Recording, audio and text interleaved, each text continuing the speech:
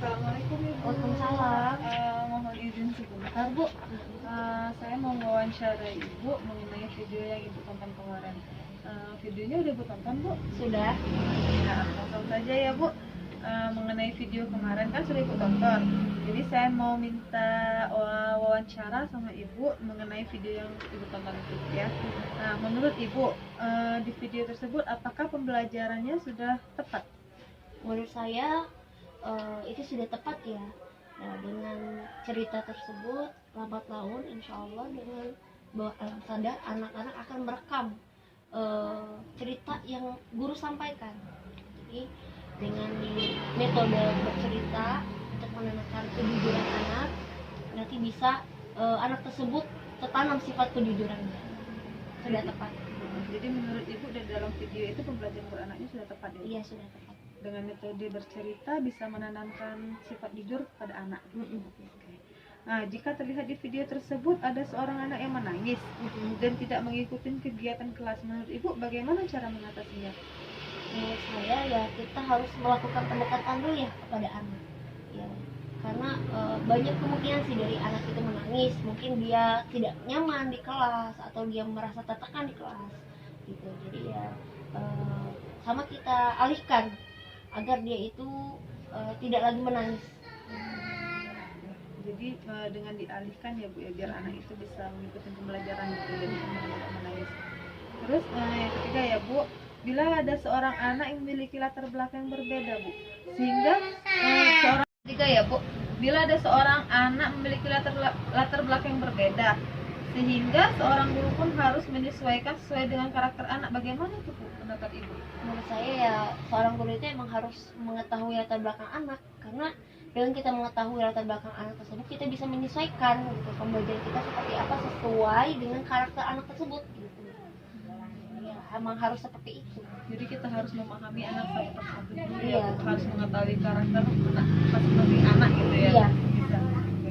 Terus Bu, bagaimana menurut Ibu cara yang tepat agar membuat anak merasa nyaman ketika Ibu menyampaikan cerita kepada anak? Kalau menurut saya ya kita harus pintar-pintar juga gitu loh, dengan mungkin melakukan cerita itu di luar kelas gitu, kan menambah keinginan anak lebih antusias gitu. Terus dengan kita menambahkan fasilitas seperti boneka atau dengan alat peraga lainnya, itu kan menambah rasa nyaman anak ya, dan lebih anak itu lebih mudah menerima apa yang kita sampaikan.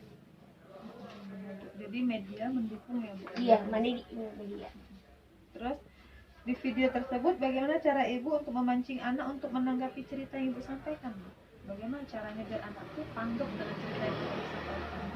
Menurut saya ya dengan kita bertanya sama anak, seperti contohnya kita tanyakan lagi itu tokoh-tokoh di dalam cerita itu siapa aja, terus karakter si tokoh itu seperti apa, terus kita juga ajak siapa yang sama sifatnya, anak-anak itu siapa yang sama seperti sifat tokoh tersebut. Berarti kita harus memancing ulang. Iya, memancing ulang. Gitu ya, Bu. Lagi ya Bu, seorang guru harus merencanakan kelas dan mengatur diri sendiri agar anak dapat menerima guru dengan baik. Menurut Ibu, bagaimana cara merencanakan kelas dari mengetahui latar belakang anak agar anak merasa nyaman? Kalau menurut saya agar perencanaan kelas itu sesuai, membuat RPPH harian itu sudah cukup gitu ya. Semua perencanaan kelas itu terkoordinir. Terus agar anak merasa nyaman, ya kita memilih metode pengajaran yang anak itu juga senang.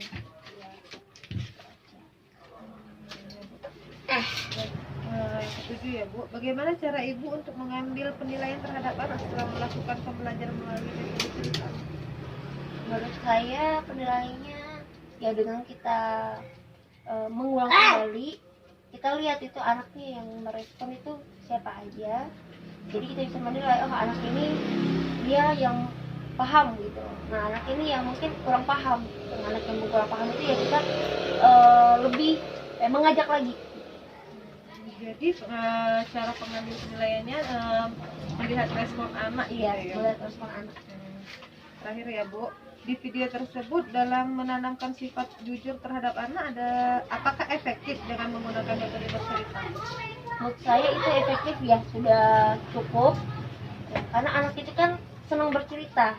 Kalau kita ajak cerita terus dengan tema kejujuran, insya Allah anak juga mempunyai sifat kejujuran itu. Sudah efektif. Berarti dengan metode bercerita termasuk bisa dikatakan efektif ya Iya. Bu, untuk menanamkan sifat jujur terhadap anak. Iya. Nah itu saja Bu wawancara dari saya. Terima kasih banyak atas Iya, waktunya ya Bu.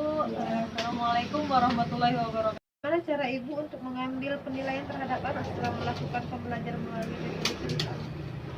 Menurut saya penilaiannya ya dengan kita mengulang kembali, kita lihat itu anaknya yang merespon itu siapa aja, jadi kita bisa menilai oh anak ini dia yang paham gitu. Nah anak ini yang mungkin kurang paham, dengan anak yang kurang paham itu ya kita lebih mengajak lagi.